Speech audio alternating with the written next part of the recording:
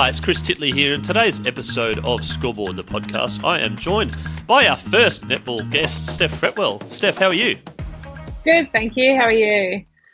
Very well. We're 36 episodes in. Can you believe it? And I have not interviewed a netballer. And yay, finally today is the day. Congratulations. Oh, thank you. Appreciate that. We're sitting here at the end of March. We've just had a bit of a traumatic event in Queensland, the Cyclone Alfred that came in a week or so ago, and you're based at the Sunshine Coast, is that right? Yes, I am based on the Sunshine Coast, but we were actually very lucky. We were, I think, very lucky compared to some of our southern, like Brisbane and Gold Coast. Cara, so a girl I play with, Cara Conan, she's actually from Magnetic Island up in Townsville. So she'd experienced a few cyclones in her life, and she had actually said to us that we will probably be on the better side of it because we were north of the eye. So there was a bit of disruption with training just because of the warnings, but in all other aspects, I didn't lose power. There was a little bit of wind, but yeah, we definitely did not cop it like some of the people south of the Sunshine Coast. And as I said, we're sitting here in March of 2025. How's your 2025 begun? Yeah, not too bad. On a personal note, my husband and I are finally living just us two. I've always had a housemate, so we moved house, being close to the beach, which is really nice. And then training, we're pretty much nearly at this season. So it's just been pre-season since, the start of January.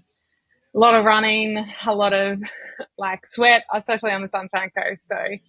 But yeah, leading into, we're pretty much nearly a week out from the Super Netball starting, which is really exciting. This is the fun part.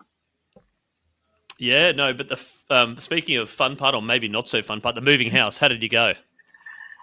I don't want to throw my husband under the bus, but I might. He's a FIFO worker, so he's 2 weeks on, 2 weeks off. So his swings ended up that I moved the house all by myself with some friends' help. But I will say as much as I probably do complain about it, I love organisation. So I think if he was here, I probably would have just got annoyed him putting things in spots that I wouldn't put them in. So it was probably best that he wasn't here for the move. Yeah, no, I think one of the hardest parts of moving house is when you get into the new house and you've got all the boxes and you're like, okay, where does the cutlery go? Where does the knives go? Which part of the bookshelf? Where does the bookshelf go? And what books go in the bookshelf? And what books can we give to charity? How'd you go with all that? It was quite cathartic for me. I love that whole process. I love flat packing. So we've moved into a smaller place. So we had to buy a bit of furniture, which was also fun for me. But that whole building process I love. And I think, again, if Marcus was here wanting to help me, I maybe would have been a little bit angry because it's my happy place. So no, I love that part. The boxes, it's a bit overwhelming to begin with, but then finding spots for everything is good. But yeah, I've definitely gone at a bit of spending spree buying some new things, which has been fun. Yes, and then you go to Bunnings and you're like, oh yeah, I just got to get the one item, and you come out with 10 and you spend $300. Yep. You're like, oh, why did I go to Bunnings? Everyone tells me they'll do that and I end up doing that. But We're not here to talk about house renovations. We're here to talk about your life, and we're talking about the Scoreboard of life and playing over 50 games for Australia for netball. I'm curious to know where the spark happened and at what age when you picked up the netball and started playing. So I was 6 years old. So I have two older sisters who I'm the youngest, so wanted to be doing everything that they were doing, and they were playing netball. So I wanted to be playing netball. So I started when I was 6 years old, but I vividly remember when I knew I wanted to play for Australia. It was the 1999 World Cup over in New Zealand, and Sherelle McMahon ended up winning with a last-minute goal. Jill Mack was the coach at the time, and there were some absolutely incredible players in that team. And I remember watching that back when there was like a VCR moment, and it was like we recorded it. And I remember I used to just watch that over and over again, and that was the spark for me. I absolutely fell in love with netball, and I would go into the backyard and I'd put on like my little netball uniform and pretend to be Sherelle McMahon in the backyard because, yeah, that's the moment that I absolutely fell in love with netball. And that was my spark. And then did you manage to start playing in a team and getting out in the court and actually playing games? And I suppose, from that, how did you find the competitive instinct of playing? So I so when I was 6, I convinced my mum and dad to let me play in my sister's. She was 8 at the time. So that was the first ever game down at Pine Rivers Netball Association. I played in a carnival in my sister's team. And while they do now, I think I was very much that annoying younger sister. They do claim that they are the reason I've been able to do what I've been able to do. So, but yeah, then went from on then, like I was a kid who had a lot of natural talent. I got told from a really young age, like even when I was 8, I remember it was coordinator 8 back then. I was like what they used to call like the coach's helpers because I used to know where everyone went, where the center could go, where the goal shooters could go. And so I would be helping my little mates as well out on a netball court. And I just had a lot of natural talent. I could read a game of netball from a really young age. So by the time I was 12, I was already in the top division at the Pine Rivers Netball Association playing, and throughout then was able to make teams through my underage. And then the positioning of goal attack and the shooter, where did that come about, and what position were you at a young age? I wanted to play everywhere. I wanted to be a defender. I wanted to be center. I wanted to play goal attack. It probably got to a point when I was 15, 16 years old, where you kind of, for me, then I got pushed into the goal attack position. But then throughout, even then, I was playing for Queensland, and I remember I was pulled into a Queensland under-17 team, and I actually was told that I was too short to be a shooter. So I was then kind of pushed into mid-court, but I do have a stubborn personality, and I was like, no, I want to be a shooter. I'd idolized Sherelle McMahon from a young age, and even Nat Medhurst. So, I loved it. So was stubborn even when they told me I was too short to be a shooter. I just learned different things that I could do, learning how to step back. And from then, it was probably then I was continued to play goal attack. But then even when I made my, so it was ANZ back then, my professional, I guess, with the New South Wales Swifts, majority of my court time was actually at wing attack. We had Susan Pettit there, and she was an incredible goal attack. So I also, even in my start of my professional career, I was playing a little bit of wing attack, but I've always loved goal attack. It's like they call it the princess position and the glory position, but I wouldn't call myself a princess. Is it like the lead singer of a band? Like everyone knows Bono from U2, but they might not know the bass drummer. I would say that's more goal shooter. I think they're probably a little bit more of the princesses. The way I play goal attack, I don't necessarily score a whole bunch of goals. I do tend to pass off to my shooter a little bit more because I grew up with a holding shooter. So I was the one that just made the dummy lead so the ball could go over to the tall shooter, which I've always been fine with. You mentioned that you did play for Queensland at an underage, but then you also mentioned that you did move down south to Sydney to make your debut. Can you talk about that decision, how that came about and the move? So probably going back to my point at the start, I had a lot of natural talent. I made a lot of my underage. So Queensland, I'd won MVPs. I'd been captains of like a lot of the underage teams. But I probably had no work ethic. So I kind of just made teams on my talent. And then I went down to the Australian Institute of Sport and spent 2 years down there, time of my life. Absolutely love it.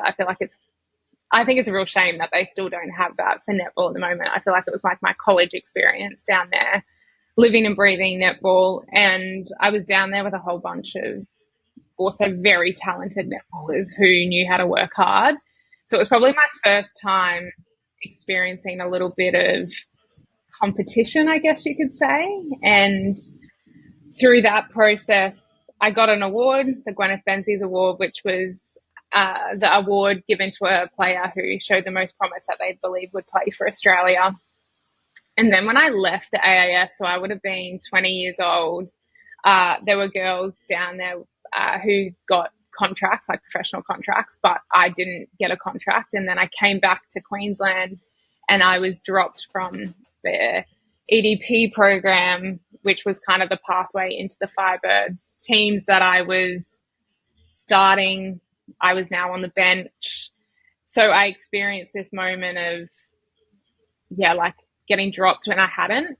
So it wasn't until I think probably 2 years later that I had my probably epiphany, or the moment for me that I learned that I didn't have work ethic. And so in 2014, I actually worked really hard on the things that coaches had told me I needed to work on, but I was always listening to the people who were like, you should be playing for the Firebirds, and instead of the people who were making the decisions on contracts, I was listening to the people who were just, my biggest fans, which is lovely, but I didn't listen to the feedback. And then eventually in 2014, I worked on the things that the coaches were saying I needed to work on. And while I always wanted to play for the Firebirds and I didn't get a contract there, by the end of that year, I actually had a contract with Rob Wright had called me, and I was able to go down and play for the New South Wales Swifts with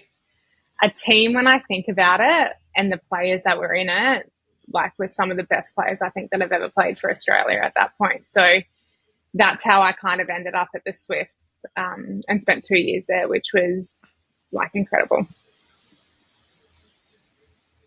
And Steph, you did mention that you're a little bit stubborn, and you also mentioned that you were naturally talented. How confronting was it to get feedback from the people that mattered to say, you need to do this to get to that next level, being someone that says, well, actually, I'm pretty good, so you don't really need to tell me what to do? That's literally what I would think. And I wouldn't listen to them. And I was only listening to the people who were telling me how amazing I was and that I should be there. So it wasn't, and this is probably my scoreboard moment. So I don't know if you want me to touch on this now, but yeah, go for the scoreboard moment, by the way. We're looking for a sponsor for this moment. So this is a big moment. Yep. For me, my scoreboard moment, and it's funny, it had this, like, a lady, her name's Mel Passion. She has nothing to do with necessarily netball, but she is the wife of Gary Passion, who was a teacher at my school, but also my netball coach, and has had a big impact on my ability as a netball player. So we joke now, Mel and Gary are very close friends of mine. They spoke at Marcus and my wedding. They mean a lot to me. So Gary would go home to Mel and talk about this kid, Steph Wood, this kid who has all this talent, and she's so frustrating because she doesn't go above and beyond, but she's so good, so you can't leave her off the court. And then eventually they own a company, and I got a job with them after school. And so Mel was my boss. They owned that company. And it wasn't until I was on a run with Mel Passion and I was telling her, I was at the point where I was like, I'm giving up netball. I'm just done. I can't do this anymore. And I was going to tell her that I was moving. I wanted to do a gap year, that classic gap year, go over to England. And she just turned to me and she's like, you know why you've never made it? And I was like, oh, no, why? And she's like, you have no work ethic. And for some reason, I have no idea why, she's not a netball coach or anything like that. She's watched a lot of netball through Gary's career. That hit me a lot harder than anyone else. She was very to the point about it. And it was that night that I went home and I was like actually honest with myself and going, yeah, she's totally right. And so in that year, that was at the beginning of 2014, and Mel, and with even sometimes Gary and we worked on all the things that I had been given feedback on. And by the end of that year, that's when I had my contract with New South Wales Swifts. Like, she was the first person, it's probably horrible, that I remember getting the phone call from Rob Wright, and I'd come home from work and I'd got the phone call offering me a contract. And so I was crying, I was very emotional.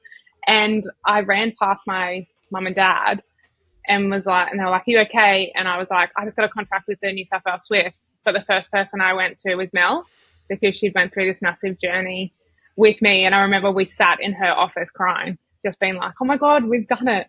And it makes me emotional now. So yeah, that's my scoreboard moment that changed my whole career.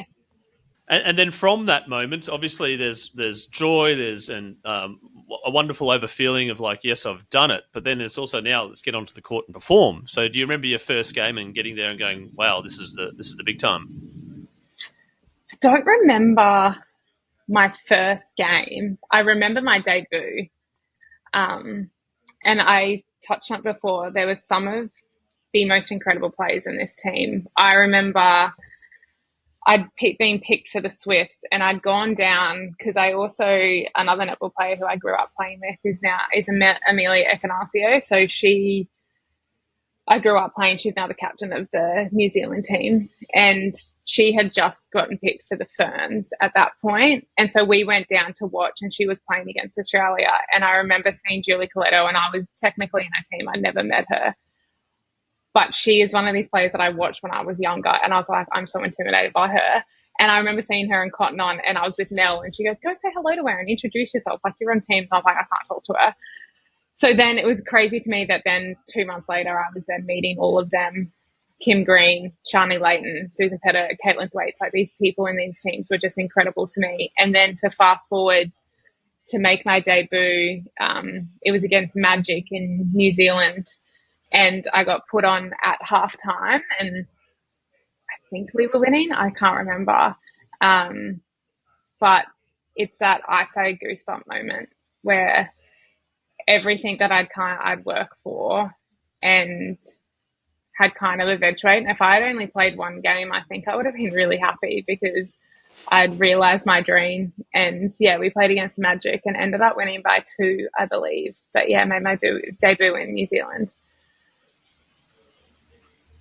And so the dream of playing netball professionally in a league, and obviously to make Australia, was the aspiration as a young Steph. But then also, was the reality as much as you thought it would have been as a kid with all those moments that are trialing as a teenager to actually then play in a full game? Yeah, half a game, but if you know half what I mean. A game, yeah. Yeah. Especially in my first 2 years, everything was just so fun because there wasn't probably the pressure on me to be the starting player. I could come on, and I was, again, very lucky that we had an incredible team, and there were games that we would win by 20 plus goals. So in the last quarter, they would be like, all right, let's roll the bench. And I'd get to go on and play really carefree, which was actually a lot of fun and really enjoyable. So it was everything that I wanted it to be. And like, of course you had nerves, but in those first 2 years, everything probably was a lot more. It was fun because I probably didn't have the pressure to be the person to perform. And then the work ethic, did it improve those first 2 years as well? Definitely, ever since like that 2014 period, my work ethic definitely, I think, improved. And also listening to, of course, like sometimes it sucks to get criticism. Like sport, you're always under a microscope. We go to work every single day, and everything is constantly to get better and what can you improve at. And as athletes, I think we can be quite towards those negative and be like, well, I constantly, I could have done this better. I could have done this. You're striving to be better every single day. That you kind of can't not have a work ethic. And especially when you make it into a professional team. And I often say this to you, if I ever have any coaching with some younger girls or boys, is especially when you get into the professional aspect of your sport, your personality and your personality traits do play a part in selection. Like, it's not just talent. And I really gravitate towards kids who might not be the most talented, but they have a work ethic and they will go above and beyond. Like, they're the coachable kids that you want to get around. So especially that 2014 period, I learned what hard work was. I learned how to get outside my comfort zone and being vulnerable. There's nothing worse sometimes than being bad at something, and fitness was a really big thing for me. Is like, I'm not great at it. So in 2014, I really learned about the hard work, and then also to then go into a professional environment. And these ladies I was playing with who had been at the top of their game for many years, you saw another level of what it takes to make it in a professional team. And Steph, you mentioned about being part of a team dynamic and knowing your role and coming off the bench in the first couple of years. But as you got better as a player and improved, you became, a starter, and you had, a different role in the team. Can you talk about how your roles changed over time and whether your relationship with netball changed over time as well? Yeah, so for my 2 years at the Swifts, I was in that. I could come on and be an impact player. I think in the whole time I was at the Swifts, I maybe started in one game, but everything else I was, got to come on and either have fun or be an impact player. And then when the ANZ changed to the SSN, there were teams added, and I was in this I was probably 24, 25 years old, and I get really uncomfortable talking about this stuff, but I was very spoilt for choice when contracts were getting rolled around in that aspect. I had numerous offers on the table, and one of the offers was to come to the Sunshine Coast Lightning. Best decision I ever made. Was made a good one. And in that first year when I was picked in that team, while I was a starting player, I wasn't the spine. We had three players that you could say was Jiva, Laura Langman, and Caitlin Bassett. They were kind of the big players in our team. So, and I was the starting goal attack, but I didn't feel like I had to be necessarily the best player on the court. So through those years that we had Nolene here, probably till 2019, I still felt like I didn't necessarily have that anxiety around performance. But I definitely, since then, I love pressure. I thrive. I love it. I walk towards it. But after 2019, after a few losses, we lost a grand final, lost a World Cup, and even the previous year had lost a Commonwealth Games. That anxiety probably did come about. And in those later years, and it's something that in this period of my career, I've had to definitely work on. And yeah, I think a lot of athletes kind of can go through that. Yeah, no, for sure. I want to touch on a few things you mentioned the Commonwealth Games, but we'll get to that in a second. But the selection for Australia, again, a pivotal moment in your life where, the reality of the dream come true is not just putting on the shirt to play in a national tournament, but now you're going to be representing your country. You can talk about the phone call, the email, the text, whatever happened that day when you got that call or communique. Yeah, so I got put into the squad in my second year at the Swift, sort of in 2016. At the start of 2016, I was invited as just a training partner, not in the squad, to a tour in England. So I got to experience what it would be like to be around the environment, but I wasn't in the squad. And then through 2016, I was elevated into the squad. And then we got given the tour dates of what it would be on. And at that point, my older sister, she was my travel buddy. We'd gone to Thailand the previous year. We'd done Europe together. And we had booked a holiday. And then when I looked at the dates, I was like, that's smack bang on one of these tours. And so I sent, before the team was even announced or anything, I sent an email to Lisa Alexander. And I think I tried to word it too well that it made it sound like I would choose the holiday over representing Australia. And I remember that phone call, her calling me being like, what do you mean? And I was like, oh, no. Like, if I'm selected, 100%, I will not go on my holiday. I will play for Australia. So I think my wording of my email wasn't great. And then got the phone call that I was playing in the quad series at the end of that year, which was emotional. Like, those phone calls are nerve-wracking, whether you think you have a good chance or whether you have no chance. And I was living with Maddie Turner and Laura Langman at that point in Sydney. And I remember crying and celebrating with them that I'd been selected at the quad series. And I then had to call my sister, though, because it was on that trip, and being like, I can't go on our holiday. But then it all worked out that my other sister was able to go just on a free holiday with my older sister. Wow, what a moment! And then to represent the to get onto the court, you want to talk about the nerves? Was there a bit of nerves? There were, absolutely. I still remember that first national anthem, another goosebump moment, Sisters in Arms with the rest of the Diamonds, and Nat Medhurst was the person who gave me my dress, who I'd grown up idolising and modelling my game off. So that was a very special moment. And then it was in New Zealand. We played in Auckland. None of my family were over there at that point. But I remember like Laura Langman, who I'd come quite close with, living with her. She was a part of the quad series, wasn't playing in the game, but I debuted against South Africa and came on in the last quarter. Again, to have the game was probably won at that point.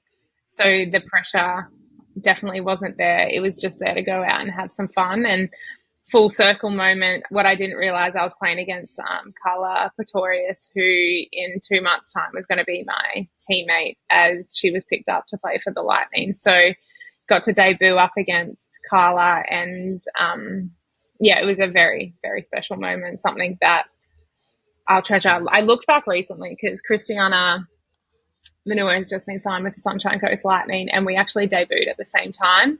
So I went back through and I was like, Chris, we should like recreate this photo of us from our debut. And so young, so young.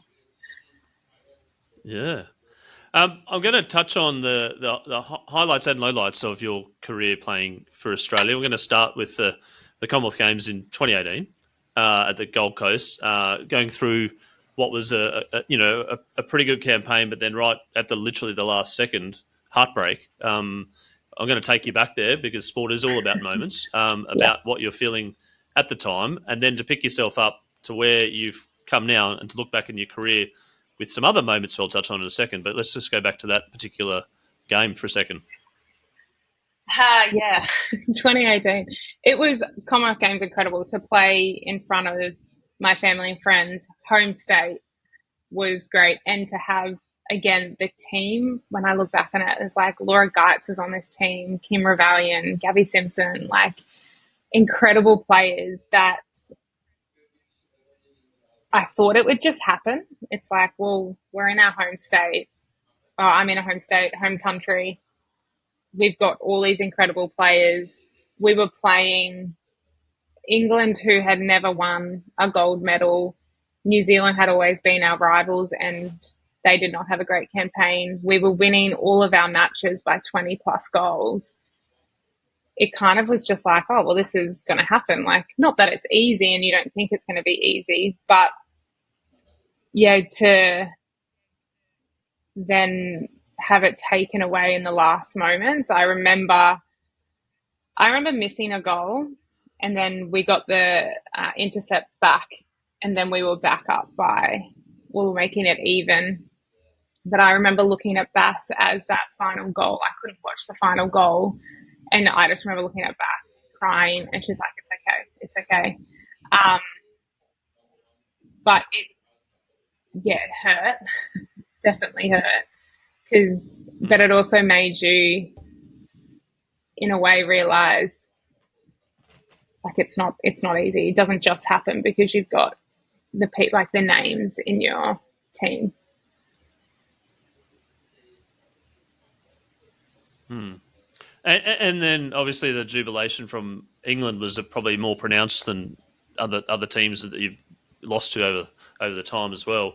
But then to pick yourself up and then to go, this is a huge moment which was taken away from us on the last second, to get back and go, right, we're going to play these girls again, we're going to play England again, we've got other further Commonwealth Games, we've got World Cups, etc. I want to go to 2022 and then some quasi revenge on what you missed out at the Gold Coast. You want to talk about that campaign? Yeah, so we went through a bit of a transition as well with a new coach, and and I've said this to actually Stacey Marinkovic, to backtrack a little, after 2019 when we lost the World Cup, I actually took a break. I wanted to feel like a quote unquote normal human. I didn't want to live on a schedule. I didn't want the pressure of performing. So I actually opted out of the end of 2019, and COVID hit. We got a new coach and Stacey came in, and I was probably a little bit unsure if I wanted to continue playing for Australia. I really enjoyed my time at the end of the year and having a break. And I remember our camp in 2020, and Stacey pitched what she wanted from this campaign, and she lit a fire in my belly. And I loved everything that she spoke to us about, her philosophies on things. So that fire in my belly, then getting into a leadership position. And I remember we talked about, and I've openly talked about, we were world number one, but we had no major trophies in our cabinet. We did not have the World Cup or the Com Games.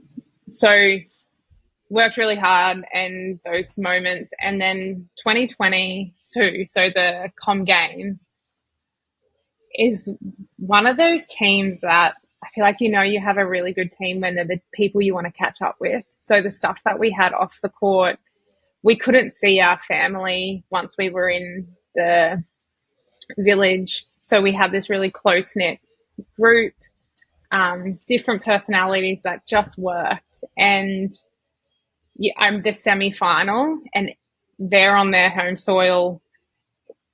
The crowd is 100% against us. But my biggest thing is I wanted that gold medal, and we all wanted that gold medal. It didn't matter who we played. We wanted to make sure we won that gold medal, and I guess a little bit of revenge on home soil for them. But it was an absolutely incredible campaign. And yeah, I think one of my favorite photos, it's over there framed, is the gold medal photo. And if you zoom in on everyone's face, the pure joy of that photo is, it makes me get warm and fuzzy every time I look at it. Yep. And that particular game against Jamaica, they started off pretty well. They were firing and they were dancing on the bench and things are going their way. And obviously there needs to be some sort of team talk and team chatter, and you played your role in that particular game. How was it for you being off the court, I suppose, when they got over the line, but knowing that you're part of something special? Because I started that game. I've also joked around. I think I'm a semi-final player. I think the best games that I've played at major tournaments are semi-finals. But I remember, so I came off and Cara went on. This makes me emotional as well, actually. And I've known Cara since she's been 18. We played state league together when she didn't know, she was, no disrespect to her at all, because she's so athletic, she was Bambi. She was so tall. She didn't really know how to use her arms and her legs. So I've never been prouder than when she went out on that court in her first major tournament. She hadn't been in the Diamonds for very long. And to see her perform the way she did was just really proud, a very proud moment for me. And I actually remember Joe and I on the bench holding hands with 5 minutes to go and going, holy crap, we've done it.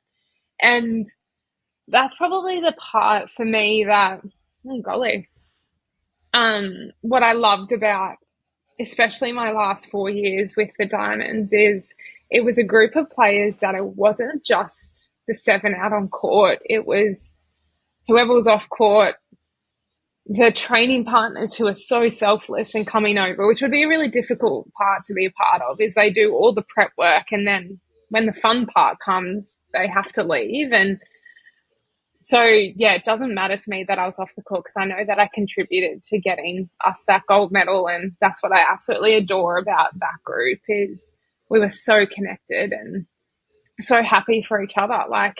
That's one of my biggest things, is I never want someone to think I want them to fail because that means I get to succeed. I don't want, if it was Greta allowed a goal attack at that time, that I don't want her to think I'm not her biggest cheerleader, and I will be her biggest cheerleader, because if at that moment it was the best decision Stacey could make, it putting Gretel out at goal attack and bringing Cara on changed the game. It was something that the Jamaicans hadn't seen, and it worked. So, yeah, I definitely celebrate it. And yeah, for me, it doesn't matter that I wasn't out on that court at all.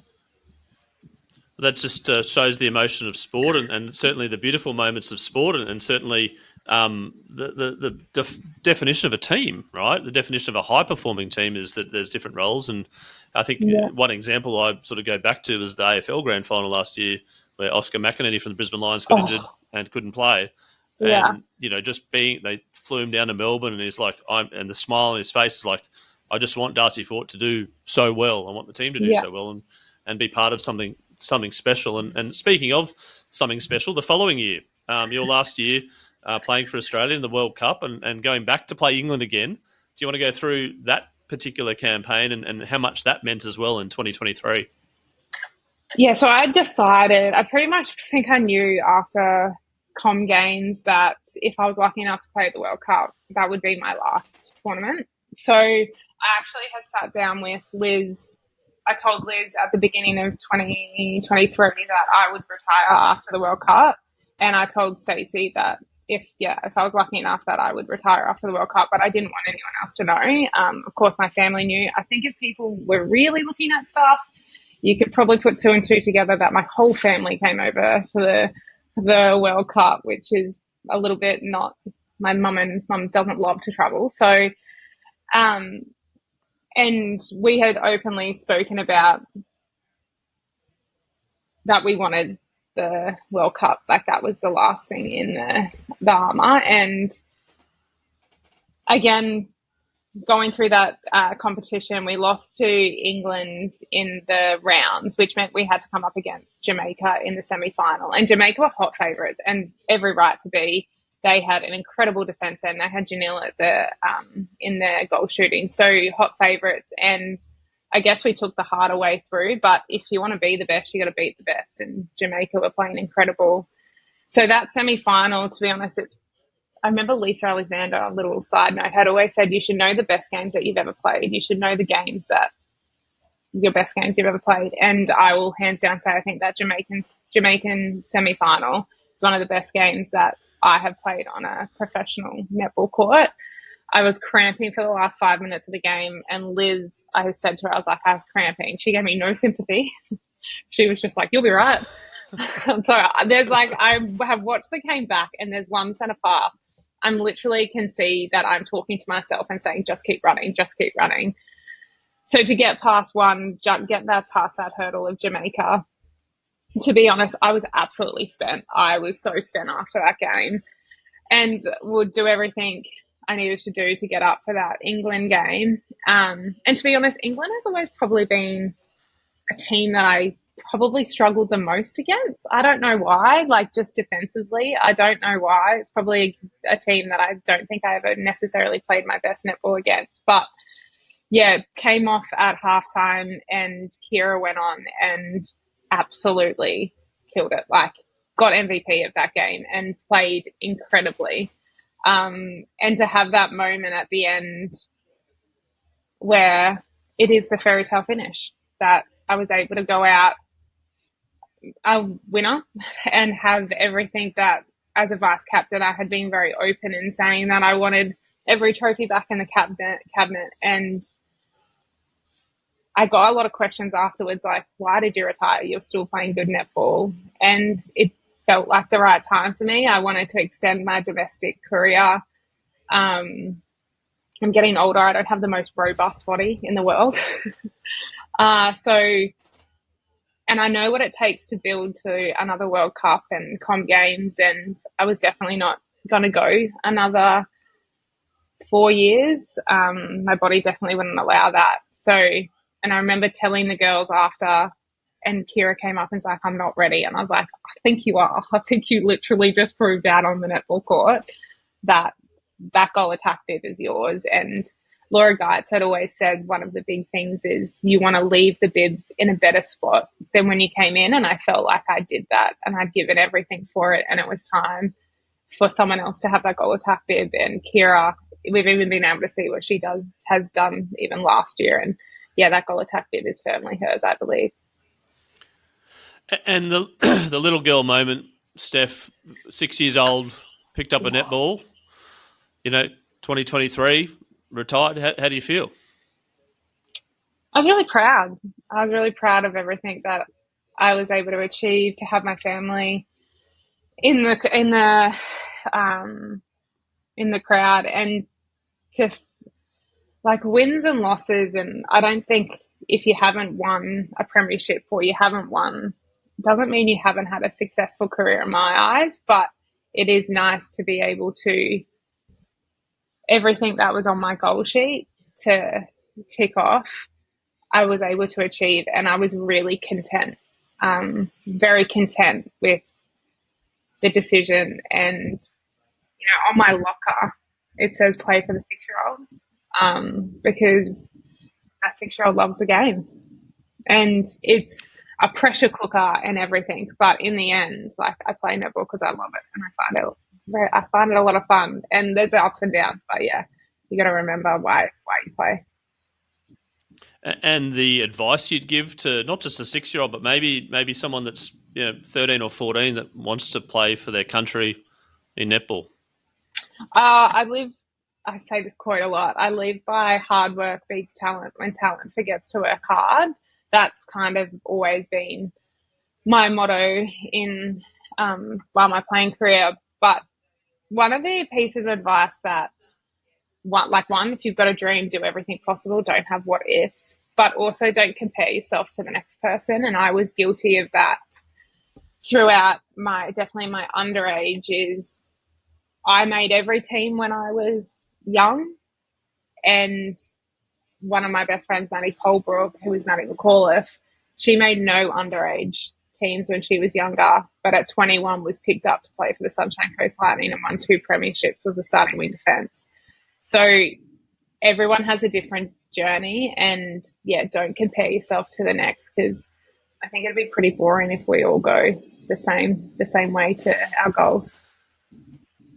And Steph, netball has been such a big part of your life, and will it continue to be a part of your life? You're still in love with the sport post your playing career for Australia. You're still playing now, but maybe 5 years' time, do you hope to continue to love it and be involved in the game?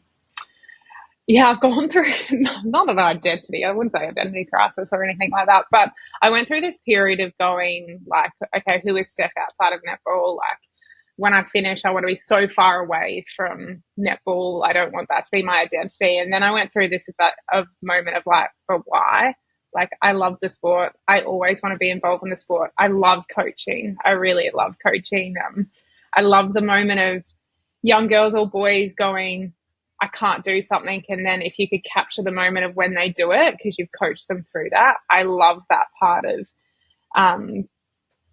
netball and coaching. So where I am in the sport, I don't know if but I don't ever see netball not being a part of my life, because it's a passion of mine. I absolutely love it. So yeah, TBC, who knows? And then when you want to switch off from netball, what do you do? What does Steph do to switch off? Is it you're a binge Netflixer, you're a podcaster, you're a reader, all of the above? I go through my phases. I'm really bad with TV shows in terms of I just binge watch Friends all the time. I'll start from season 1 and I'll go all the way through, and then I'll start at season 1 again. I'm pretty boring. I just like to do nothing. And whether that is reading, sitting on the couch, probably doom scrolling, but I do love to do nothing when I do get the time, which is nice. And speaking of nothing, you can go down a rabbit hole on the internet. But during your career, you've probably seen the emergence of social media through your career. You're probably of that generation that has been around, and there's obviously a lot of transparency with that. How have you found the Instagram generation of being a high-profile name that people recognise, and then capturing some followers to follow your journey? Yeah, for me, I understand the purpose of Instagram, and it can build your brand as an athlete, and it gives you opportunities. And I think that's really incredible. I definitely, from my point of view, anything that I put out there, of course, I will read comments, and you want to interact with your followers. But I did learn quite early in my career that you're not everyone's cup of tea. Not everyone's going to love you, which is totally fine. And early in my career, I would read comments about what people said about my performance. And especially if I felt like I played well, I'd be like, I needed that validation from an outside source. But then, of course, if you don't have a great game, there's going to be negative comments. So then I was getting into this habit that always reading comments. So I learnt about my circle and whose opinions do matter to me. That if my coach, whatever coach at the time, is saying that I've done my job and I've everything that I need, my family, they're the people's whose opinions do matter to me, especially in relation to my performance. So I have learned very much to, if it's not what I put out, and if it's like, especially match reports, like it's very easy that I used to read those match reports and what people were saying about me. I just don't read them because not everyone has the inside knowledge to like what role I need to play in a game. They don't have that inside knowledge. So there's this incredible side of social media, but I do think there is this dark side that I do try and say to some of our young ones, especially around comments on performance. You've got to make sure you know whose opinions matter in terms of your performance. So yeah, I'm not a TikToker though. I've never been able to get around TikTok. So some of the girls try and make me do them, but I'm like, I don't know how to do it. Don't know how to do it. Neither do I, to be honest. I mean, Scoreboard is on TikTok, so you can follow us, but there is just videos of athletes and whatnot, and it's pretty boring. Yeah. But and no dancing and things like that. But I suppose there's that wall of going, okay, there's a circle of knowledge of people that matter to the game, that they know the game, and then people that outside that may not know as well as you. If you get sort of caught in to that world, it's like you can have a probably pretty negative spiral, I'd imagine, mentally. And just on that, how have you gone mentally as opposed to physically as well to be a high-performing athlete at the peak performance at the world championship level and World Cup level and gold medal level to kind of keep on top of your mental health? Yeah, I probably definitely struggled through 2019. So I was so lucky and early in my career. At Swifts, we went to 2 grand finals. We lost, unfortunately. Then I went to 3 straight grand finals with the with Sunshine Coast Lightning. Won 2 of those. Went to 2, went to a Com Games and World Cup, but lost them. So in that space, I learned that not that it was easy to make finals, but I made a lot of finals. But at the culmination of 2019, I had lost a lot. And so my anxiety around performance was quite high, and I would go into games so worried about what I needed to do. So that's why at 2019, I definitely needed to take a break and not be an athlete and not have that pressure of performance. So then when 2020 rolled around, I did do work around my mindset around games. And I've always loved the pressure of games, but I found myself shying away from it. And it's like how I think about it, it is a game of netball and there is pressure in it, but staying in the moment was a big thing for me. And you can't impact what happened before, and you can't necessarily impact what's going to happen or worry about what's going to happen. But because we were getting in situations that I had a negative experience with, I found myself overthinking a lot. So I had to do work with a sports psych, definitely, and even just a psych in general. I go and see a psych because I think it's just great for my well-being to keep me. It's a tool, So, and keep me definitely balanced. So performance anxiety definitely rolled around later in my career, and it's not something that I would say I still suffer from that, definitely, but I have the tools to be able to use to be able to not have the impacts of in a negative way. Did your mind ever drift during games? Like to think, oh, well, it's close, but, if I miss this shot, we might lose and there'll be press on me, etc.? Yeah, I actually remember, and this was great that it happened to me when I was in 2017. I missed a shot to win the game in 2016 in our final for the New South Wales Swifts. Right on the buzzer in extra time. I came on the court in extra time and I missed a shot. And then it continued on. They ended up winning in extra overtime. And just before our final in 2017, I had an interview with a journalist and he said, does the shot from last year ever haunt you? And I was like, oh, well, it hadn't. And that didn't impact me. But as a shooter, definitely now, or like when the games would get close, you turn to the post and instantly in your head, I'd be thinking, don't miss, don't miss, don't miss. This is going to be like massive if you miss this. So that part of things definitely impacted me, especially being a shooter. And I remember having work and just saying, if I'm not willing to take the shot and miss it, that I don't have the right to take the shot and win it. And that was one thing that now I definitely think about is I will own that. It's very easy as a shooter to look at your stats and go, I missed 3 goals, we lost by 1 if I didn't miss that. But also educating for me that it's not all, like netball is 60 minutes, there's 7 people on the court. Yes, you might miss a goal, but there's lots of other things that happen in a game as well that can impact the final result.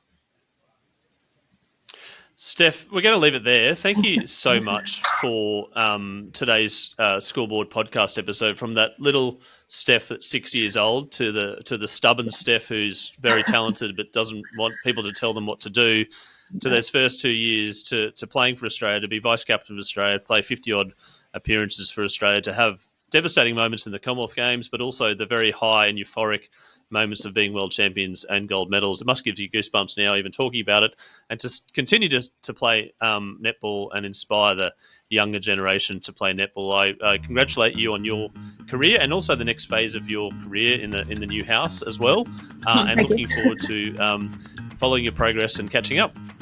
Beautiful, thank you.